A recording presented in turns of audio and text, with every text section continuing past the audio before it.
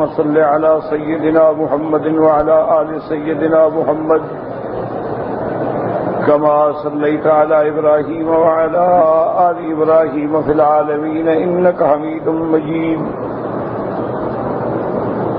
أعوذ بالله من الشيطان الرجيم. بسم الله الرحمن الرحيم.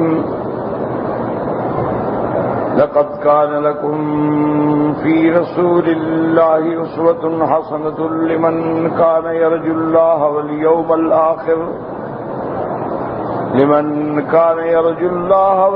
الآخر وذكر الله كثيرا. ولما رأى المؤمنون الأحزاب قالوا هذا ما وعدنا الله ورسوله وصدق الله ورسوله وما زادهم إلا إيمانا وتسليما.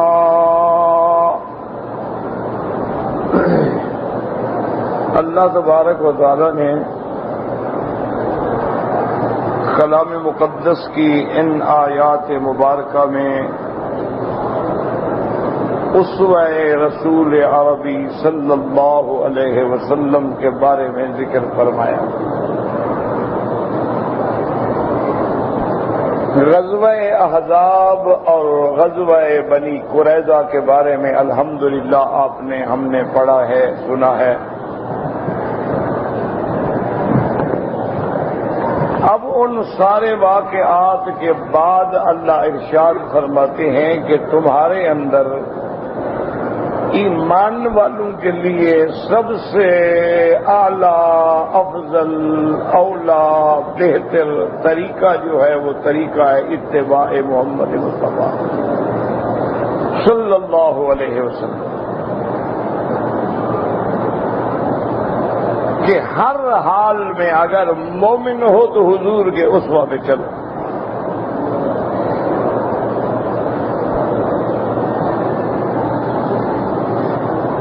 اب آپ نے دیکھا ہے کہ مسلمانوں پہ کیسے کیسے امتحان آئے.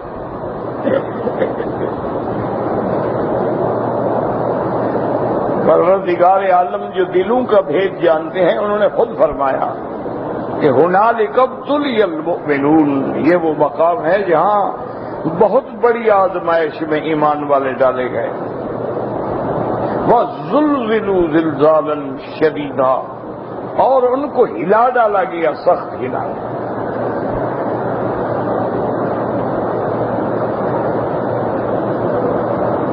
یہ کہہ دینا بڑا آسان ہے، لیکن اسی لیے میں روز کہتا ہوں لوگوں کو، اچھا بھی شاید لگے نہ لگے، کہ ہم سب دعویٰ کرتے ہیں کہ حضور کے غلام ہیں، لیکن نہ تو ہمارے عمل میں غلامی نظر آتی ہے، نہ ہمارے گھروں میں حضور کی غلامی نظر آتی ہے، نہ اولادوں میں نظر آتی ہے، نہ شکل میں نظر آتی ہے. پتہ نہیں غلام کس بات کے ہیں.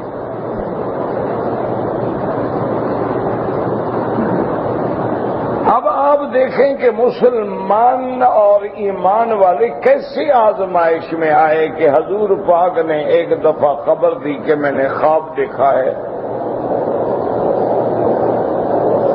کہ ہم صحابہ کے ساتھ مسجد الحرام میں داخل ہوں گے، طواف کریں گے، صفا کریں گے، سر مڈائیں گے، بال کتروائیں گے اور مطمئن ہوں.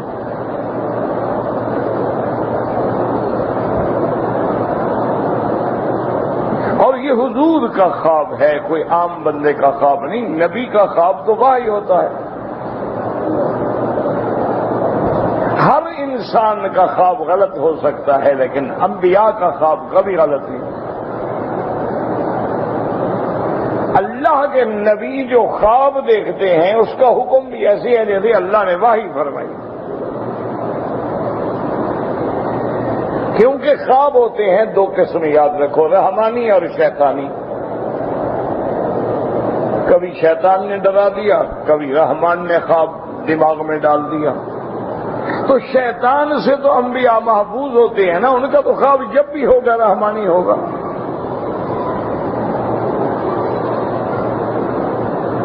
یہ تو ہمیں نہ کبھی وہ دماغ میں جو باتیں سارا دن گھومتی رہی وہ رات کو نظر آ گئی، ہم نے سمجھا خواب ہے، یہ کوئی خواب شاب نہیں ہوتا. یا ہمیں شیطان نے ڈرا دیا، گھبرا کے ہم نیندوں سے اٹھ گئے. وہ شیطان ڈراتا ہے مسلمانوں کو. حضور نے فرمایا علاج یہ ہے کہ بائیں طرف 3 دفعہ تھوک دو اور لا حول ولا قوت الا باللہ العلی العظیم اور کروٹ بدل کے سو جاؤ، کسی کو نہ بتاؤ، کچھ بھی نہیں ہوگا.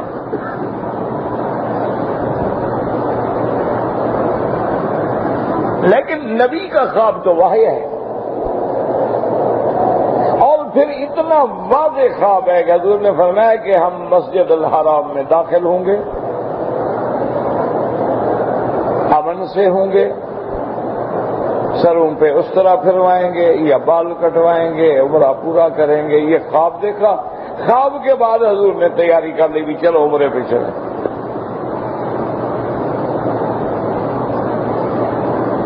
حضور صلی اللہ علیہ وسلم تقریباً 1500 صحابہ کے ساتھ عمرے کے لیے مدینہ منورہ سے روانہ ہوئے. کفار قریش کو پتہ چل گیا، انہوں نے میٹنگ کی اور کہا کہ بھئی یہ تو ہمارے لیے بڑا خطرہ ہے کہ 1500 کا لشکر آ رہا ہے.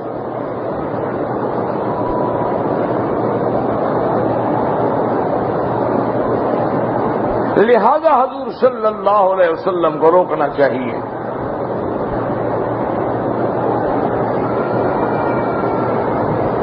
بہرحال لمبی بات ہے، آپ کو روک دیا گیا. آخر میں صلح ہوئی، اور صلح بھی ایسے عجیب شرائط ہیں اس میں کہ انسان کا عقل کام نہیں کرتا.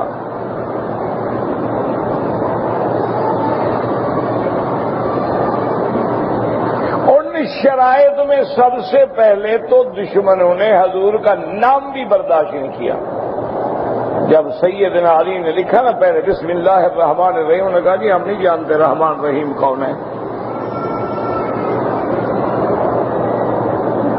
آپ لکھیں بس بسمک اللہم، اللہ کا نام جانتے ہیں، الرحمن الرحیم ہم نہیں جانتے.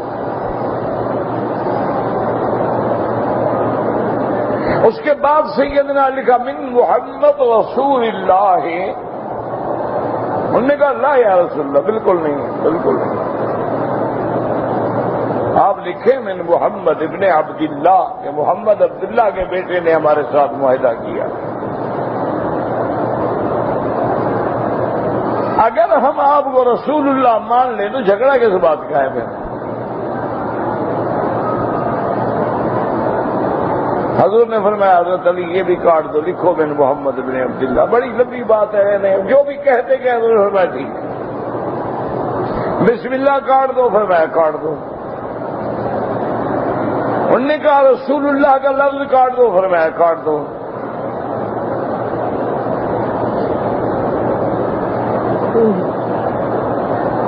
اب انہوں نے کہا یا رسول اللہ ایک شرط یہ ہے کہ اگر کوئی مسلمان ہو کہ مکے سے مدینہ جائے اور ہم مطالبہ کریں، ہم مطالبہ نہ کریں یعنی قیمتی آدمی نہ ہو، ہم نہ مانگیں الگ بات ہے، اگر ہم مانگیں تو آپ واپس کریں گے.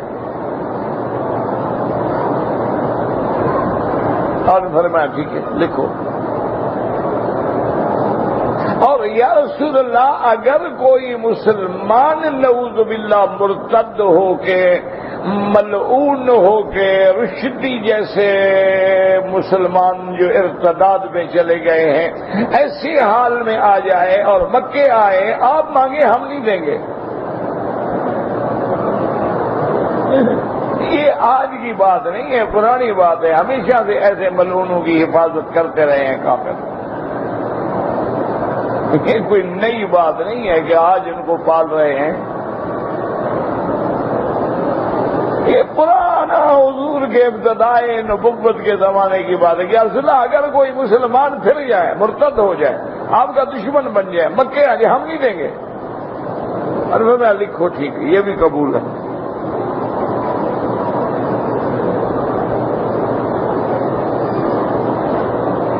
انہوں نے کہا حضور اس سال ہم آپ کو صلح کے باوجود بھی عمرہ نہیں کرنے دیں گے، آپ واپس جائیں گے بغیر عمرے کے۔ اور فرمایا یہ بھی لکھو، یہ بھی قبول۔ حضور آپ اگلے سال عمرے کے لیے آئیں گے؟ فرمایا ٹھیک ہے قبول۔ 3 دن سے زیادہ نہیں رہنے دیں گے اب مکے میں؟ فرمایا ٹھیک ہے یہ بھی قبول۔ اب کہہ دینا تو بڑا آسان ہے نا، آپ بھی پڑھتے ہیں، میں بھی پڑھتا ہوں، اور بھی پڑھتے ہوں، ہاں جی کافروں نے روک دیا پھر سلو ہو گئی، کوئی بات ہے؟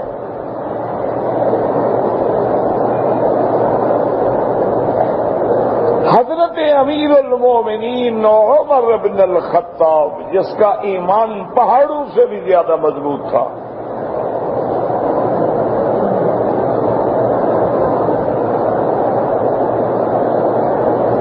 حضرت عمر جیسا آدمی ہل گیا۔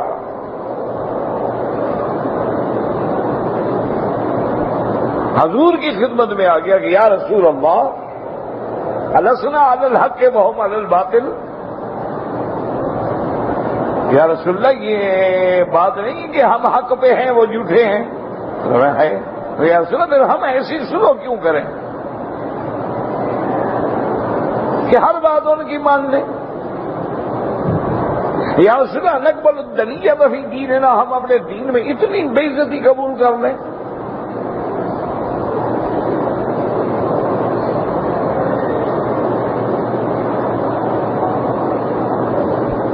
یا رسول اللہ یہ کیسا معاہدہ ہو رہا ہے؟ وہ جو شبد کرتے ہیں رحمان رحیم نہ لکھو، ٹھیک ہے نہ لکھو، حضور کا نام رسول اللہ نہ لکھو، نہ لکھو، کیا بات؟ یا رسول اللہ اگر سلو بھی کرنی ہے تو آخر ہم دب کے کیوں سلو کریں؟ کوئی کافر ہمیں کھا تو نہیں جائیں گے؟ اگر ان کی رگوں میں خون دوڑتا ہے تو ہم بھی الحمدللہ اپنی قوت رکھتے ہیں، مر جائیں گے، شہید ہو جائیں گے، اور کیا ہو جائے گا؟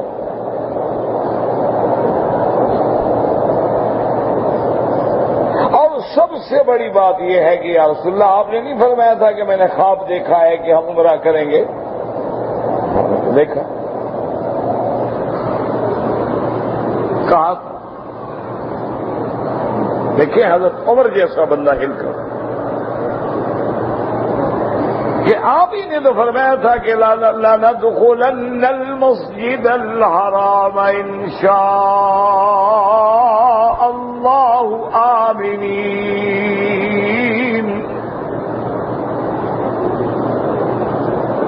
آمنین محلقین رؤوسکم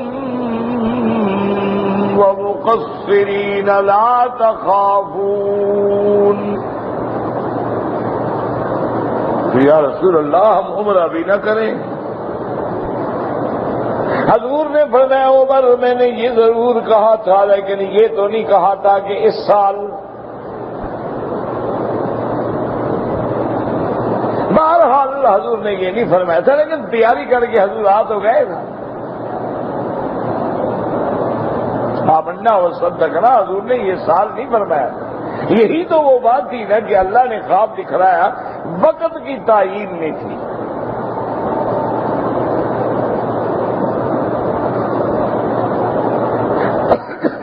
حضرت عمر رضی اللہ تعالیٰ عنہ، اس لیے میں کہہ رہا تھا کہ حضور کی اتباع کرنا وہ بچوں کا کھیل نہیں ہے،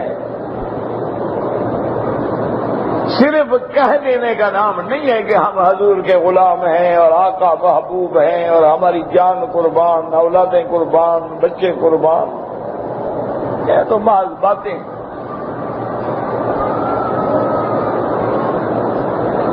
ایک آدمی مثلا کہتا ہے کہ میں حافظ قرآن ہوں، آپ کہیں کہ بھئی فلاں جگہ سے پڑھو، نہیں آتا، فلاں جگہ سے پڑھو، نہیں آتا، فلاں جگہ سے پڑھو، نہیں آتا، وہ کہے کہ بھئی اچھے حافظ ہو گئی، یہاں سے ہم کہتے ہیں قرآن تو تمہیں آتا نہیں۔ ایک آدمی کہتے ہیں کہ جناب میں حاجی ہوں، وہ کہیں گے الفاظ کہتے نہیں، بلکہ الفاظ تو نہیں کیا تھا، احرام باندھا تھا، نہیں احرام بھی نہیں باندھا تھا۔ طواف کیا تھا؟ انہوں نے کہا جی طواف بھی نہیں کیا. مکہ شریف گئے تھے؟ انہوں نے کہا مکہ شریف بھی نہیں گیا. تو حاجی کیسے؟ میں حاجی ہوں.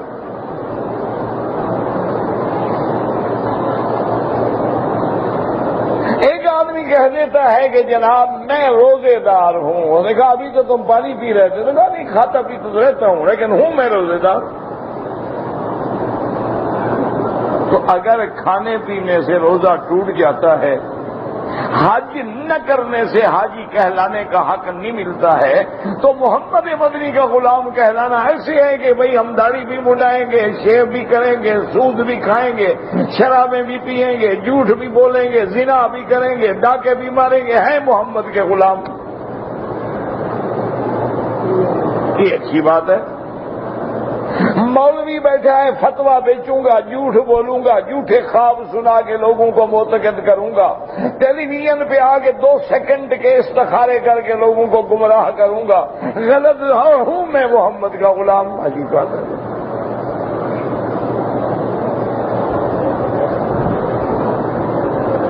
یہ کیا معنی ہوا؟ حاجی تب بنو گے جب احرام باندھو گے، مکہ آؤ گے، مینا جاؤ گے، مزدلفہ جاؤ گے، عرفات جاؤ گے، ارکان پورے کرو گے، پھر حاجی کہلاؤ گے. تو اسی طرح مسلمان بھی تب کہلاؤ گے جب ارکان اسلام پورے کرو. ورنہ پھر لفظی کلامی دعویٰ تو ہے کہ مسلمان ہیں لیکن وہ اللہ کے نزدیک نہیں ہوتا. اگر آپ روزے دار ہیں تو پھر روزے کے ارکان پورے کرنے ہوں گے تب آپ روزے دار بنیں گے.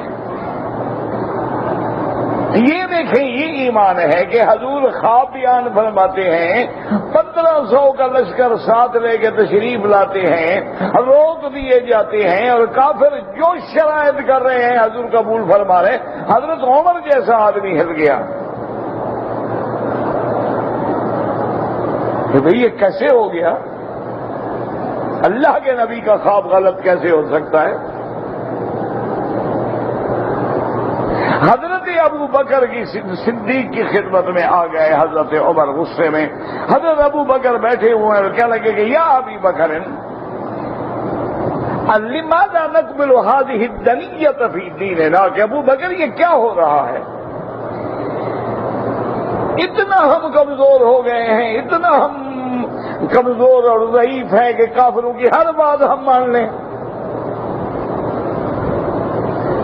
پتہ ہے ابو بکر نے کیا جواب دیا؟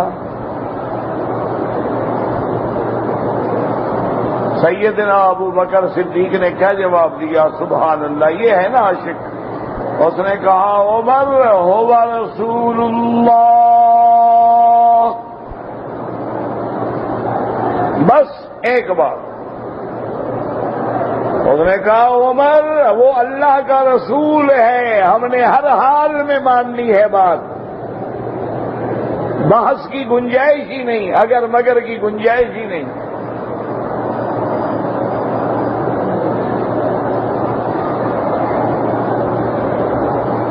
هو رسول اللہ، وہ اللہ کا رسول ہے، جو فیصلہ کر دیا وہ ٹھیک ہے.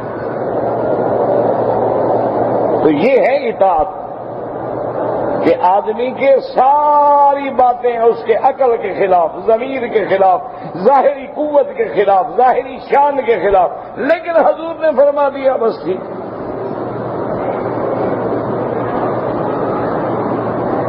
سبھی تسلیم خم ہے جو مزاج یار میں آئے. ایک صحابی کو حضور نے دوسرے صحابی کے گھر بھیجا کہ بھئی یہ میرا صحابی ہے، غریب ہے، اس کے پاس رہنے کو جگہ نہیں، پہننے کو کپڑا نہیں ہے، اور شکل میں بھی بیچارے ہیں سیاہ فام تھے اور چہرے پہ سارے چیچک کے داغ تھے. تم اس کو اپنی بہن کا رشتہ دے دو. اس کی بہن اپنے محلے کی جمیل ترین خاتون تھی. بھائی آیا، ہاں بھائی کیوں آئے ہو؟ نے کہا جی حضور نے بھیجا ہے. کیوں بھیجا ہے؟ انہوں نے کہا سلام دیے ہیں، تمہاری بہن کا رشتہ لینے کے لیے آیا ہوں.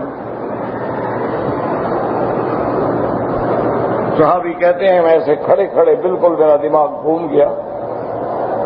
اس آدمی کو اپنی اتنی خوبصورت بہن میں دے دوں، ٹھیک بات۔ میں نے کہا اچھا ٹھیک ہے، میں ذرا گھر سے بھی پوچھتا ہوں، پھر ہم حضور کی خدمت میں آئیں گے، آخر رشتے کی بات ہے، کوئی 1 منٹ میں تو نہیں طے ہو جاتی نا۔ صحابی نے سوچا میں حضور کی خدمت میں جاؤں گا، پوچھوں گا یا رسول اللہ آپ کا حکم ہے یا آپ کا مشورہ ہے، رائے ہے، پیغام ہے یا حکم ہے؟ فرق ہوتا ہے نا۔ ایک بی بی تھی، بی بی بریرہ، اور اس کی جیسے شادی ہوئی، خدا کی شان ہے، شوہر بڑا بیچارہ خوبصورت نہیں تھا، یہ بڑی خوبصورت عورت تھی، تو حضور کی خدمت میں آئی، اس نے کہا یا رسول اللہ میرا گزارا نہیں ہو سکتا، میں اپنے شوہر کو دیکھتی ہوں تو مجھے نفرت آ جاتی ہے، تو میں کیسے حقوق ادا کروں گی؟ حضور نے فرمایا دیکھو مغیث کی حالت تم نے دیکھی ہے، وہ تمہارا شوہر تم سے بڑی محبت کرتا ہے، بیچارہ دیکھا تمہارے پیچھے گلیوں میں رو رہا ہے، پھر رہا ہے غریب، اس کے ساتھ سلو کر لو، گزارا کر لو۔ دیکھو عورت ہے لیکن کتنا سمجھدار ہے، کہنے کہ یا رسول اللہ یہ آپ کا حکم ہے یا مشورہ ہے؟ اگر یہ آپ کا حکم ہے تو میں اپنی زندگی قربان کر دوں گی، میں گزاروں گی، اور مشورہ ہے تو میں قبول نہیں کر سکتی۔ حضور نے فرمایا حکم نہیں ہے، میرا مشورہ ہے۔ رائے دینا الگ بات ہے، آرڈر الگ بات ہے۔ تو حضرت ابو بکر کے ایک ہی جواب ہے کہ ہوا رسول اللہ، وہ اللہ کا رسول ہے۔ جب اللہ کا رسول ہے اور ہم نے کلمہ پڑھا ہے لا الہ الا اللہ محمد الرسول اللہ، اور اللہ نے بھی کہہ دیا اطیعوا اللہ واطیعوا الرسول، اللہ نے بھی فرما دیا من یطع الرسول فقد اطاع اللہ۔ تو جب اللہ کا رسول ہے تو ہمیں اگر مگر آئیں بائیں شائیں کی تو گنجائش ہی نہیں۔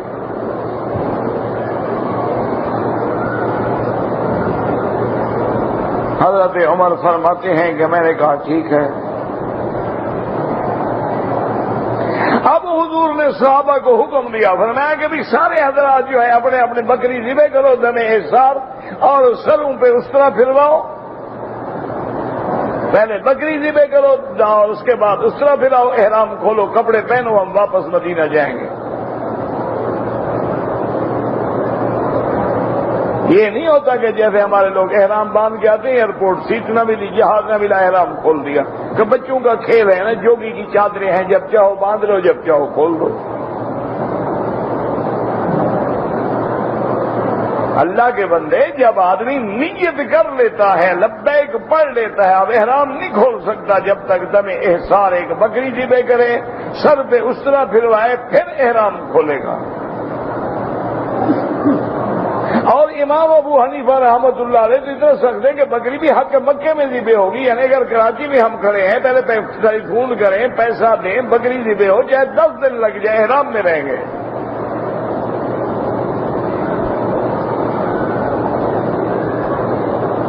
اللہ کے نبی ہیں، دیکھیں روک دیے گئے، آپ نے فرمایا دم احسار ذبح کرو، سروں پہ اس طرح پھراؤ، بال کٹاؤ اور کپڑے پہنو، چلے۔ صحابہ چپ کر کے بیٹھے رہے، ہل گئے نا، سمجھ ہی نہیں آ رہی نا کہ اللہ کے نبی کا خواب ہے اور خواب پورا کیوں نہیں ہوا۔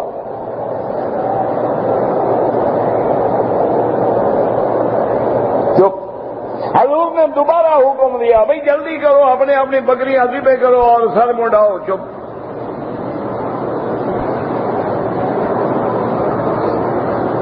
حضور نے تیسری دفعہ حکم دیا اللہ کے بندو اٹھو، اپنے بکریاں ذبح کرو، بال کٹاؤ، احرام کھولو۔ صحابہ چپ۔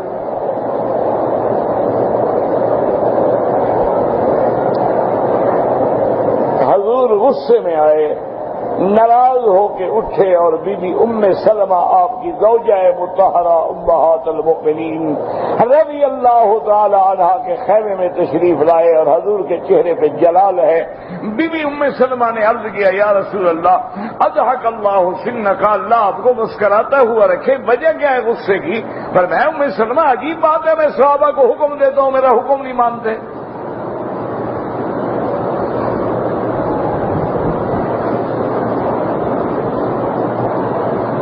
وہ شان والا نبی تھا تو بیویاں بھی تو شان والی تھیں۔ آج جیسے ہم ہیں بیویاں بھی تو وہی ملی ہیں نا۔ ہم چوری چھپے ٹیلی ویژن دیکھتے ہیں، کمپیوٹر پہ چیٹنگ کرتے ہیں، کبھی کبھی کوئی ڈش کے ساتھ کوئی گندا چینل بھی لگا دیتے ہیں، بیوی بھی چپ کے بیوٹی پارلر میں جاتی ہے، ڈانس کر کے آ جاتی ہے، کام دونوں کا ٹھیک ٹھاک چل رہا ہے۔ ہم اپنے دوستوں میں انجوائے کرتے ہیں تو وہ بھی اپنے اپنے دوستوں میں انجوائے کر لیتی ہیں۔ یہ تو اگر میرا مدنی پاک ہے تو نبی کا گھرانہ بھی تو پاک ہے نا۔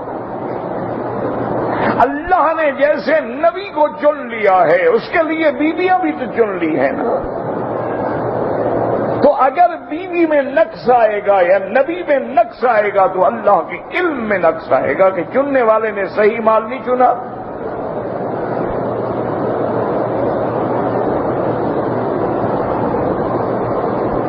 اور وہ ہر نقص سے پاک ہے، وہ تو ہر عیب سے پاک ہے، اس کا چنا ہوا کیسے عیب دار ہو سکتا ہے؟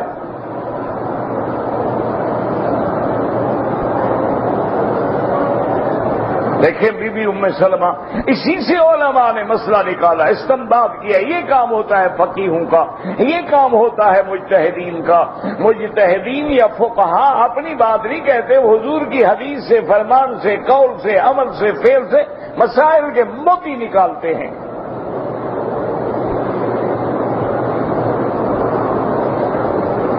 یہ تو ہمارے میرے جیسے بھائی ہوتے ہیں، دو کتابیں پڑھنی اور ائمہ پہ اعتراض شروع کر دیا، گالیاں دینی شروع کر دی، اور جی حدیث کو نہیں مانتے۔ ماشاءاللہ، پہلے تمہیں حدیث کا معنی بھی آتا ہے؟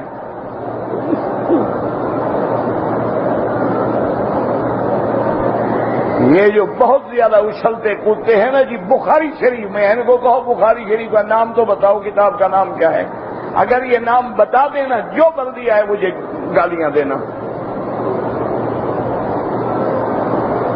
تمہیں کتاب کا نام نہیں آتا اور بخاری شریف میں حدیث ہے۔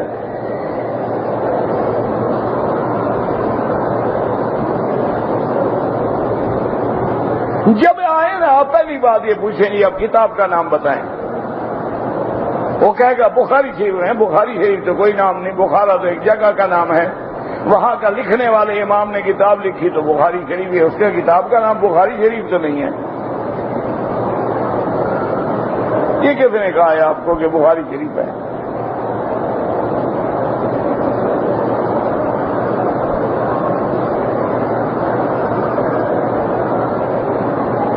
یہ مفہوم اب دیکھیں گے، یہ کام ہے فقہا کا۔ جیسے سونار جو ہے نا جی، فنکار ہوتے ہیں، سونا لیتے ہیں آپ سے، اس کو ڈھالتے ہیں اور اس کے بعد کبھی نکلس بنا رہے ہیں، کبھی جھومر بنا رہے ہیں، کبھی سر کا تاج بنا رہے ہیں، کبھی انگوٹھیاں بنا رہے ہیں۔ اصل تو سونا ہے نا، سونا نہ ہو تو کیا بنائیں گے؟ اصل قرآن و سنت ہے، فقیہ بھی سنوار کے بنا کے مسائل تیرے سامنے رکھتا ہے۔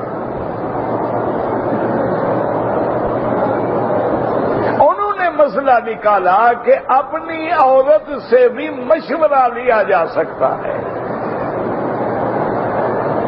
یہ نہیں ہے کہ عورت ناقص العقل ہے، اسے مشورہ نہ لو۔ اللہ کا نبی اپنی بیوی سے مشورہ لے رہے ہیں تو معلوم ہوا کہ گھر سے مشورہ لینا جائز ہے، بیوی کو شریک مشورہ کرنا جائز ہے۔ اس لیے اللہ کا نبی اپنی بیوی کے پاس کھڑے ہیں کہ دیکھو صحابہ، بی بی ام سلمہ نے کہا یا رسول اللہ لا تغضب، آپ ناراض نہ ہوں۔ یہ ہو سکتا ہے کہ پروانہ شمع پہ جلنا چھوڑ دے، یہ کیسے ہو سکتا ہے؟ یہ ہو سکتا ہے کہ چکور چاند کے گرد چکر نہ لگائے، یہ کیسے ہو سکتا ہے؟ یہ ہو سکتا سوچا ہے کہ گلاب ہو اور خوشبو نہ آئے؟ یہ ممکن نہیں ہے۔ یا رسول اللہ، آپ کے صاحب آپ کا کہنا نہ مانے، یہ بات نہیں ہے۔ وہ انتظار میں بیٹھے ہیں کہ شاید اللہ کا وحی آ جائے کہ چلو مکے میں داخل ہو جاؤ، اس انتظار میں بیچارے بیٹھے ہوئے ہیں۔ آپ کچھ نہ کہیں صحابہ کو، آپ جا کے اپنا جانور ذبح کریں، اپنا سر منڈائیں، بات ہی نہ کریں، آرڈر ہی نہ دیں، حکم ہی نہ دیں۔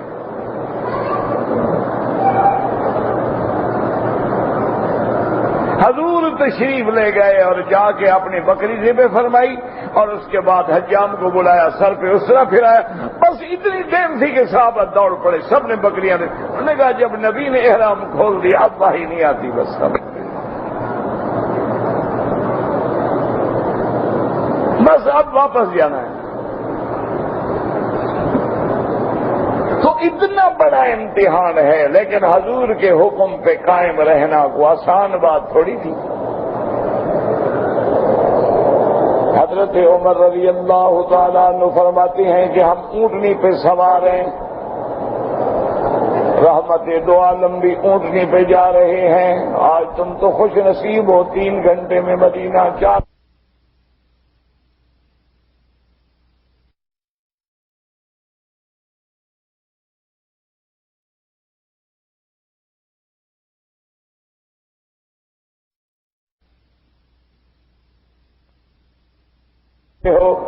یعنی اگر آدمی انتظام کرے، ایک دن میں مکہ مکرمہ بھی، عمرہ بھی، مدینے کی زیارت کر کے بھی ایئرپورٹ پہ پہنچ جاتا ہے۔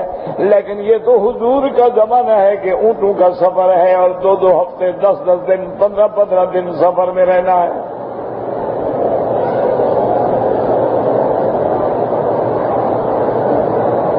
آج تو عمرہ کیا ہے، آج تو پکنک ہے۔ آج تو اگلے پوچھتے ہیں کہ اچھا جناب آپ عمرے پہ گئے تھے، آپ نے کون سا پیکج ہے؟ نہیں جناب، ہم نے 5 اسٹار ہوٹل کا پیکج لیا تھا، حرم کے بالکل دروازے کے اندر رہتے تھے۔ ان کے بس میں ہو نا تو یہ پیکج یہ لیں گے کہ ہمیں رکھو کعبے کے اندر، پھر بھی ناراض جائیں گے انشاءاللہ۔ حاجی اور عمرے والا راضی نہیں ہو سکتا، کہیں گے رکھا تو ایجنٹ نے ہمیں حرم کے اندر تھا، لیکن حمام تو باہر تھے نا، نکلنا پڑتا تھا، رش تھا، دھکے لگتے تھے۔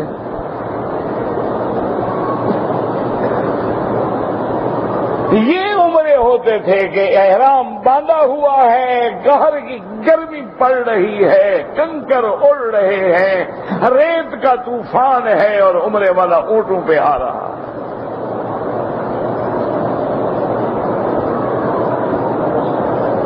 قدر بھی تب ہوتی تھی، اور مکے مدینے کا پیار بھی تب ہوتا تھا جب آدمی تڑپتے ہوئے جا کے روضے پہ نظر پڑتی تھی نا، سب غم بھول جاتے تھے۔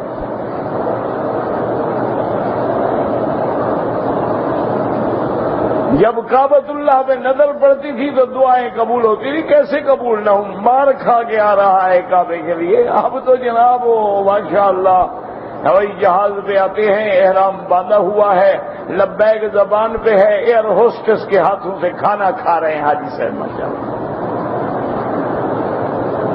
عمرہ قبول انشاءاللہ، زبان پہ لبیک ہے اور نظر اس کی پنڈلیوں پہ ہے کہ ماشاءاللہ ہے تو گولی تھی۔ اور بار بار پانی نہ بھی پینا ہو تو پھر بھی حاجی صاحب مانگتے ہیں کہ ذرا ایک گلاس، 1 more سر۔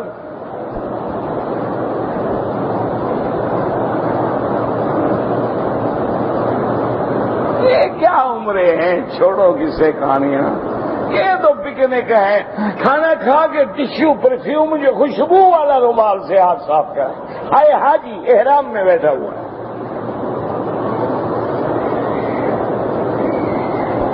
یہ نہیں پتا کہ مجھے تو دم پڑ گئی، لیکن رومال مفت نہ جائے، پیسے بھرے ہوئے ہیں، واپس کیوں کریں؟ اللہ کے بندے تھیلے میں ڈال دو، بعد میں استعمال کر لینا۔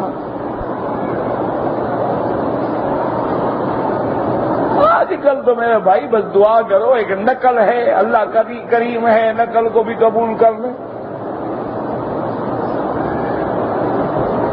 یہ دعا کرو کہ ہم نقل بنائے ہوئے ہیں، مسلمان ہیں، آ جاتے ہیں، اللہ کریم ہے، رحمت کر دے۔ ورنہ ہمارے 90% عمرے کرنے والوں کو پتہ نہیں کہ حجر اسود کہاں ہے. 90% عمرے کرنے والوں کو پتہ نہیں ہاتھ ایک ہوگا یا دو ہوں گے. اشارہ ایک دفعہ کریں گے یا دو دفعہ, کوئی 3 دفعہ کر رہا ہے, کوئی یہاں کھڑا ہے, کوئی یہاں کھڑا ہے, کوئی پکڑ رہا ہے اس کو, کوئی اندر سے چوم رہا ہے, کوئی باہر سے چوم رہا ہے. تماشا ہے لگا.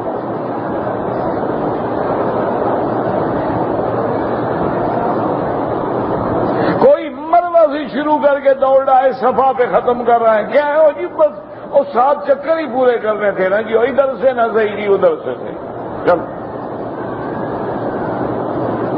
وہ بھائی تم نے بال نہیں مڈایا. انہوں نے کہا جی وہاں کینچی لے کے کھڑے تھے, ہم نے باقاعدہ ٹک لگوا لیے تھے. خلاص پیسے بھی بچ گئے, وقت بھی بچ گیا, 2 منٹ میں آ کے کپڑے بھی پہن لیے. اور بعض حاجی تو ماشاءاللہ جن کا عمرہ اور زیادہ مقبول ہوتا ہے نا, وہ تو سر مڈانے سے بھی پہلے اس کو کہتے ہیں یار 2-3 دن ہو گئے شیو نہیں کر سکا, پہلے شیو بنا لو سر پہ, اس طرح بعد میں پھیر دینا. یعنی بالکل عمرے کی مقبولیت کی نشانی ہے کہ گویا 100% قبول ہے عمرہ. آتے ہوئے حضور کی سنت ختم.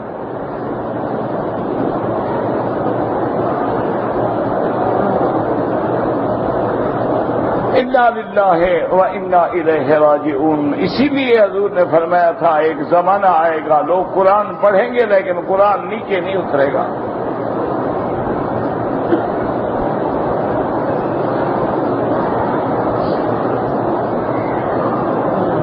اب یہ کمال ہے, حضرت عمر کہتے ہیں اونٹنی پہ ہم جا رہے ہیں, میں حضور کے قریب آیا, میں نے سلام کیا, حضور نے جواب نہیں دیا. حضرت عمر بھی اونٹنی پہ ہیں, اونٹنی قریب لے آیا.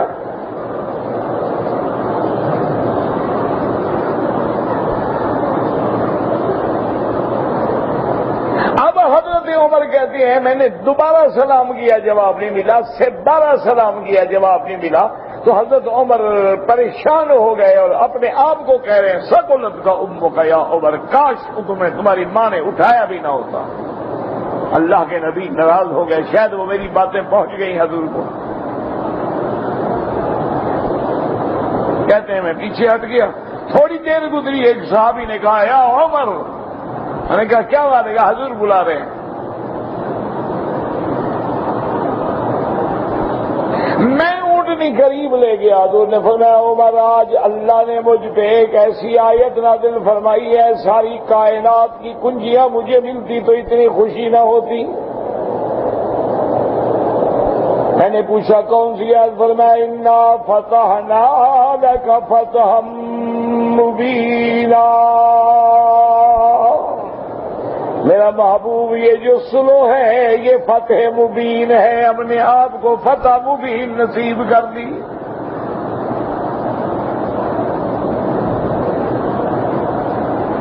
حضرت عمر جوش میں آ گئے, کہا حضور یہ فتح ہے, لیکن یہ بتلائیں کہ کیا وہ وقت بھی کبھی آئے گا جب مکہ فتح ہوگا؟ آپ نے فرمایا ہاں مکہ بھی فتح ہوگا.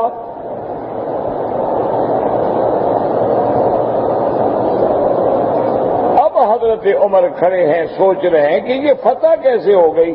ہم تو بغیر عمرے کے واپس جا رہے ہیں اور فتح ہے. ہم نے تو ان کی ہر بات مان لی ہے, فتح کیسے ہو گئی؟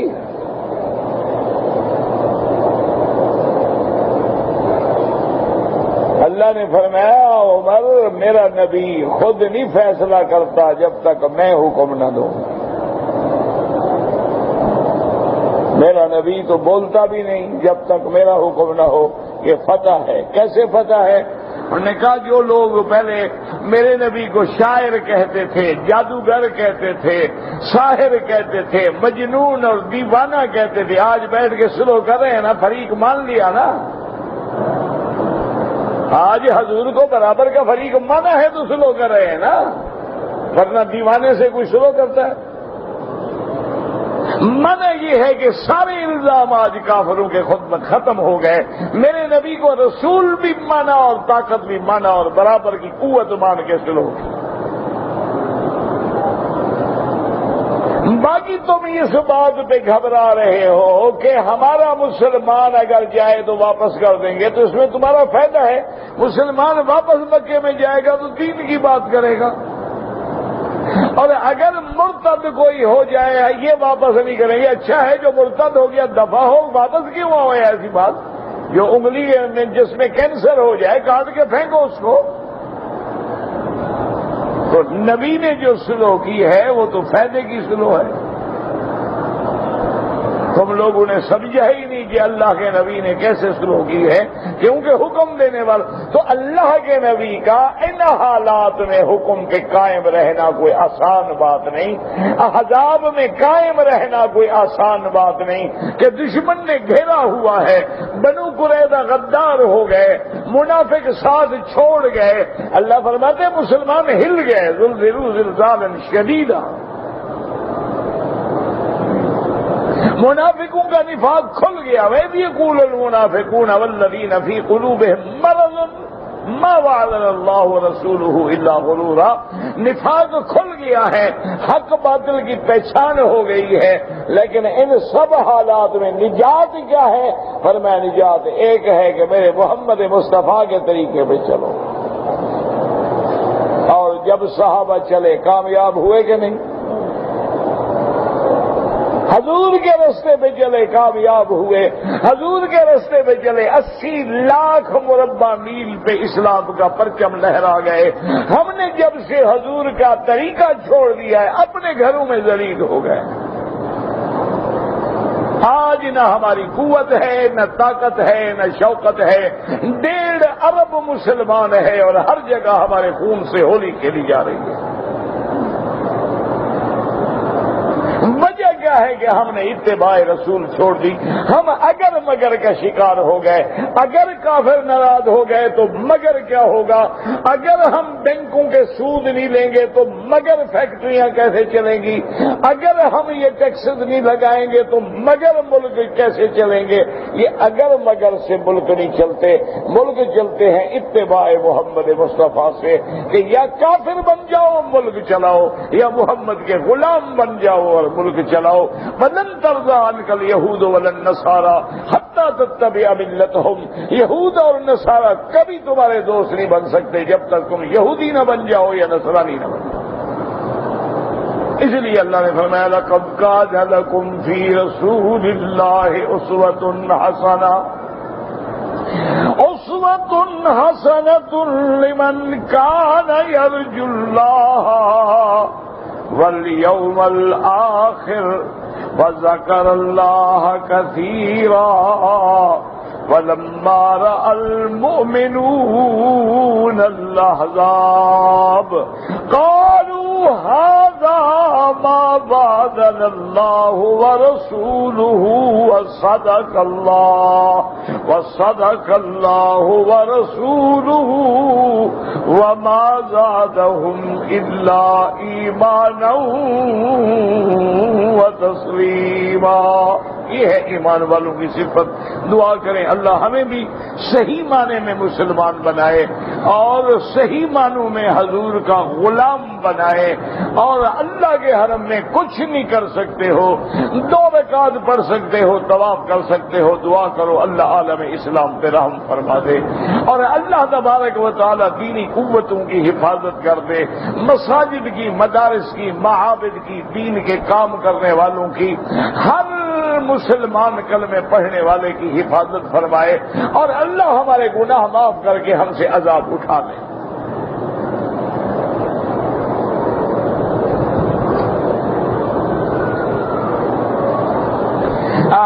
یعنی لا تقلی بنا ہوتا ہے یعنی اپنے خزانوں سے بغض کرنا، نکال پھینکنا۔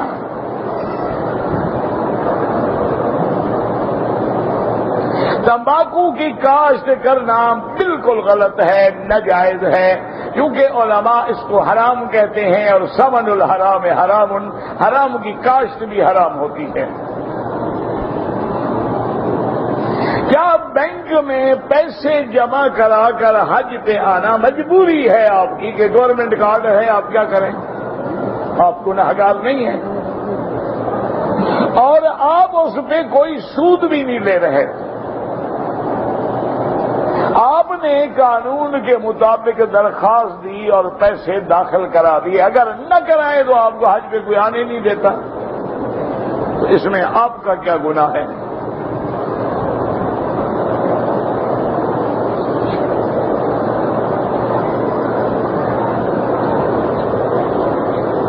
شہادت کا معنی یہ ہوتا ہے کہ جو اللہ کے راستے میں اعلاء کلمت اللہ کے لیے لڑتے ہوئے کفار سے شہید ہو جائے، یا اللہ اپنے دین کے تحفظ کے لیے شہید ہو جائے، اپنی جان مال عزت کی عرض کی حفاظت کے لیے سب شہید ہوتے ہیں، حتیٰ کہ مبتون جو ہے وہ بھی شہید ہوتا۔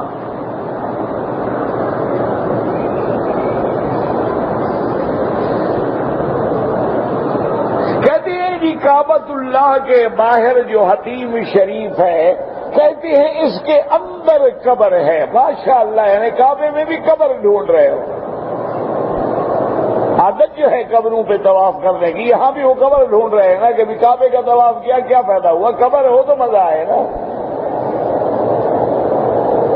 اگر یہاں قبر ہوتی، اللہ کے نبی کا حکم ہے کہ قبر پر پاؤں رکھنا حرام ہے، قبر پہ چلنا حرام ہے، قبر کی طرف رخ کر کے نماز پڑھنا حرام ہے، پھر اللہ کے نبی یہاں چلتے اور طواف کرتے اور نمازیں پڑھتے؟ یہ بالکل روایات ہیں، جھوٹی روایات ہیں۔ بعض روایات میں ہے کہ 70 انبیاء کی قبر ہے، اور بعض روایات میں ہے کہ حضرت اسماعیل کی قبر ہے۔ یہ یہودی روایات ہیں۔ یہ مصلی ابراہیم ہے، مصلی اسماعیل ہے کہ حضرت اسماعیل یہاں بیٹھ کے نماز پڑھتے۔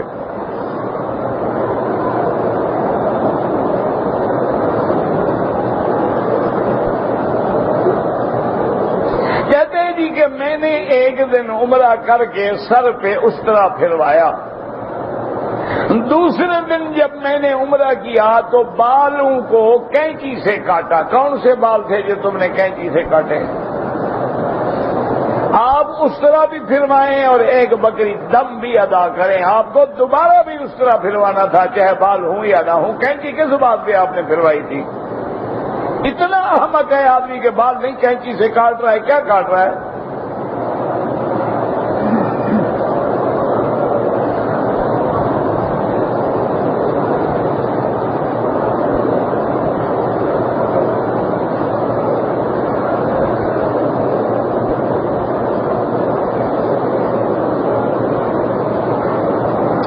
بہرحال آپ کے والد نے آپ کی بیوی بچوں کو گھر سے نکال دیا ہے، اور وہ کہتے ہیں ہمارے پاس۔ بہرحال والد کو والد سمجھیں، ادب برقرار رکھیں، آپ اپنی الگ جگہ میں رہیں، کوئی حرج نہیں، لیکن جو کچھ انہوں نے کیا ہے ان کو معاف کر دیں۔ باپ باپ ہوتا ہے، آپ دوسری جگہ اپنی علیحدہ رہائش کر لیں، اسی میں اللہ کی حکمت ہوگی۔ تم باپ کو چھوڑ کے آتے تو برے بنتے نا، انہوں نے نکال دیا تو کوئی حرج نہیں۔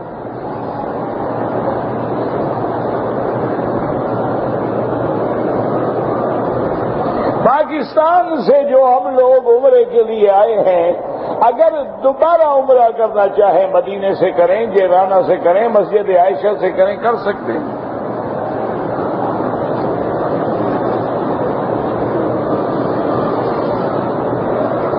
اگر ایک آدمی نے طواف شروع کیا، ایک چکر لگایا، پھر یاد آیا کہ میرا وضو نہیں ہے، چھوڑ دے، وضو کر کے پھر شروع کرے۔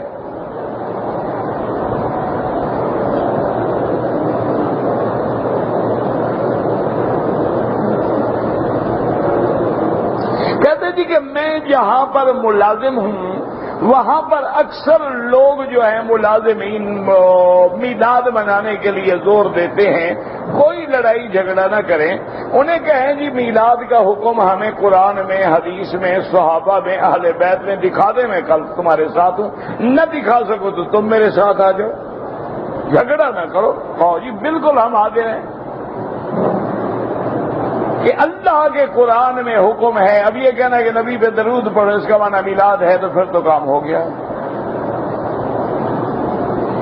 کہتے ہیں نا جی، اللہ فرماتے ہیں صلو علیہ وسلموا تسلیما، تو اس پہ آپ جو ہے اس کا معنی اگر معراج ہے، اسی لیے پھر دوسرے کہتے ہیں جب ہم نماز میں پڑھ لیتے ہیں السلام علیکم ایھا النبی ورحمۃ اللہ وبرکاتہ اللہم صلی علی، تو پھر کیا ضرورت ہے باقی؟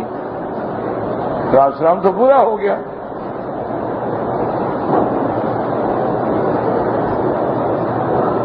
آپ مجھے ایک حدیث دکھلا دیں، ایک حدیث، وہ صحیح بھی نہ ہو ضعیف ہو، چلو اتنی رعایت بھی میں تمہارے ساتھ دیتا ہوں کہ حضور نے حکم دیا ہو کہ 12 ربیع الاول کو میرا میلاد مناؤ۔ اچھا حدیث نہ ملے تمہیں کوئی بات نہیں، حضرت ابو بکر عمر عثمان علی کا قول دکھا دو، پھر بھی میں تمہارے ساتھ۔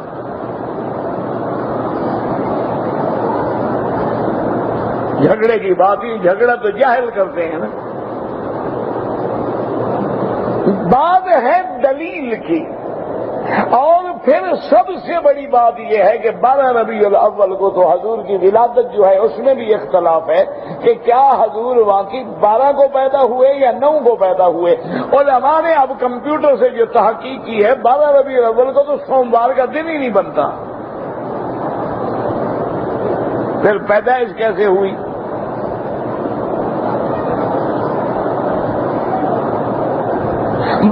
ربیع الاول کو حضور کی وفات بھی ہے۔ اچھا وفات میں تو شبہ ہی نہیں ہے نا، کوئی شک ہی نہیں ہے۔ ولادت میں اختلاف ہے کہ 9 کو آپ پیدا ہوئے یا 12 کو آپ پیدا ہوئے۔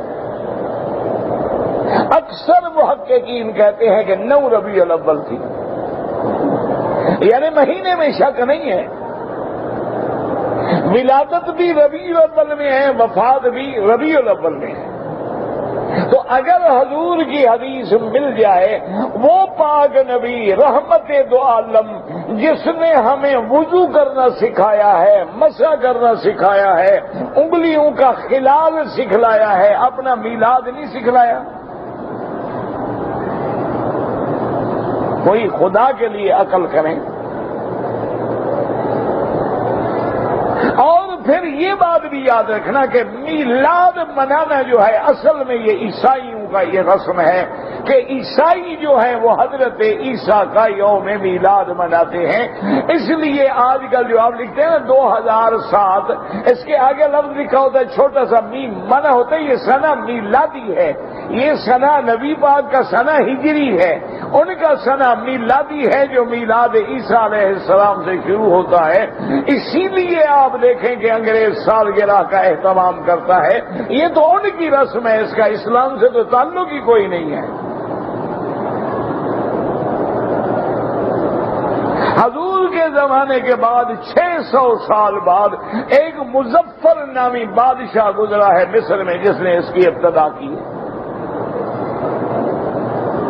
اللہ کے بندے حضور کی شان سے جھگڑا نہیں ہے، مانا نہیں جو میلاد نہیں مناتا وہ نہیں مانتا، جو نماز نہ پڑھے وہ نبی کو مانتا ہے، جو میلاد نہ منائے وہ نہیں مانتا۔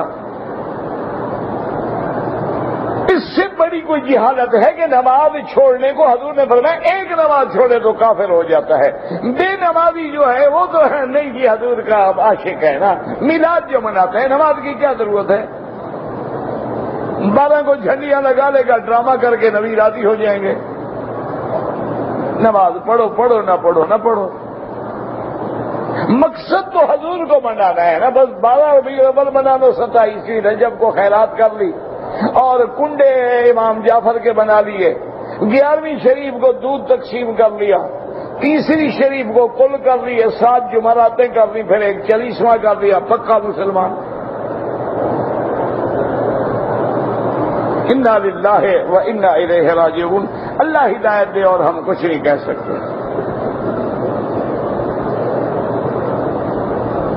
میں نے طواف کر لیا، صفا مروہ دوڑ لیا، بال کٹوا لیے، لیکن 2 رکعت طواف والے نہیں پڑھے، اب پڑھ لو، 2 دن بعد پڑھ لو، 10 دن بعد پڑھ لو، کوئی حرج نہیں، جب یاد آئے پڑھ لو۔ سرکار دو عالم کے لیے آپ بالکل قربانی کریں، جو بھی عبادت کریں، کوئی منع نہیں۔ کہتے کہ میری بیوی کے نعوذ باللہ اگر کسی دوسرے آدمی سے تعلقات ہیں اور میرا دل برداشت نہیں کر سکتا، اسی لیے تو اسلام نے طلاق رکھی ہے، طلاق دے دو۔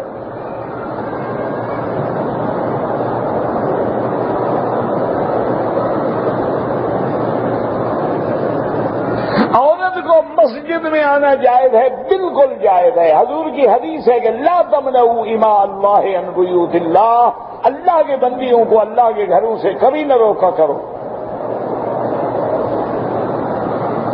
یہ قوم بھی عجیب ہے ماشاءاللہ، مسئلہ پوچھیں عورتوں کا تو پوچھتے ہیں جی مسجد میں جانا جائز ہے، یہ نہیں پوچھتے کہ جناب بیچ پہ جانا، کرفٹن پہ جانا، ڈانس گھروں میں جانا، پب میں جانا، کلبوں میں جانا جائز ہے کہ نہ جائز ہے،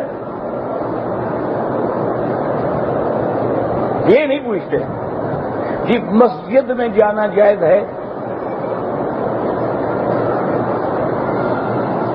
ہاں جی بالکل جائز ہے، اور نبی کا حکم ہے کہ وہ کہے مسجد جاتی ہوں تو منع نہ کرو، گھر میں نماز پڑھے افضل ہے۔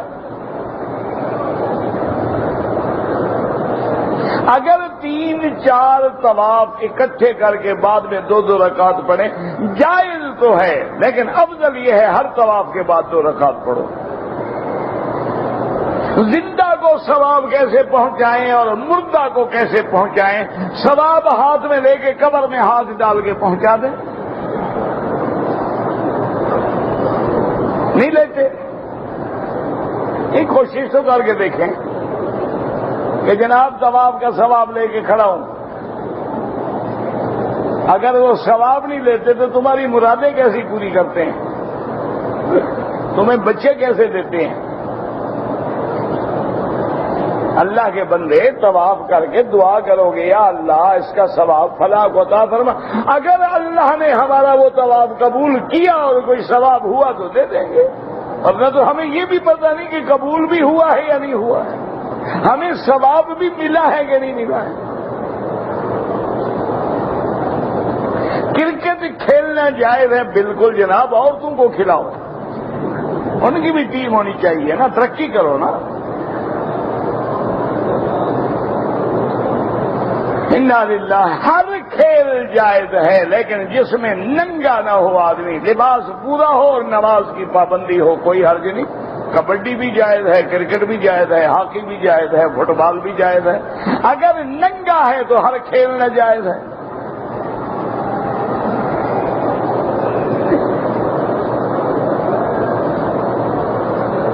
بہرحال سنت یہ ہے کہ حجر اسود کو بوسہ دے، رکن یمانی کو ہاتھ لگائے، باقی چاروں طرف جو ہے چومنے کی، ہاتھ لگانے کی اجازت نہیں ہے۔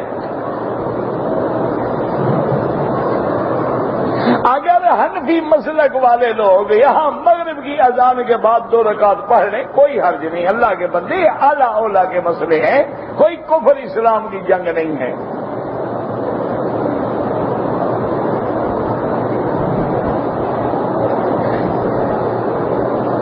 اگر حجر اسود کو بوسہ نہ دے، بسم اللہ اللہ اکبر، بس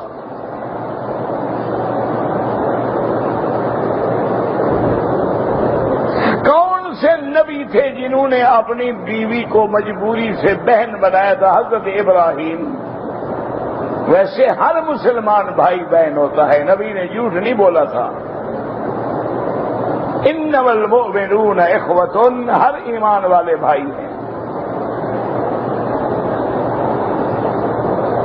ہمارا ایک عزیز لاپتہ ہے، اللہ کرے آپ کو مل جائیں، اللہ پاک آپ کی مدد کرے۔ اگر آدمی حرمین شریفین کے قریب ہوٹل میں نماز پڑھے، حرم ہوتے ہوئے ہوٹل میں پڑھے، تو پہلے نماز بھی ہوگی کہ نہیں ہوگی؟ لا صلاۃ لجار المسجد الا فی المسجد، کہ مسجد کے ہمسائے کی نماز نہ سوا مسجد کے ادا ہی نہیں ہوتی۔ اگر داڑھی سفید ہو جائے تو کالا رنگ کر سکتے ہیں، کالا رنگ کر کے کس کو دھوکہ دو گے؟ بیوی کو یا لوگوں کو؟ نہیں، جوان بن کے دھوکہ کس کو دینا چاہتے ہو؟ بیوی کو دینا چاہتے ہو، اس کو تیری جوانی کا پتہ ہے۔ لوگوں کو دینا چاہتے ہو، لوگوں کو کیا ضرورت ہے؟ تیری داڑھی سفید ہو تو کیا ہے، تو کالی ہو تو کیا ہو؟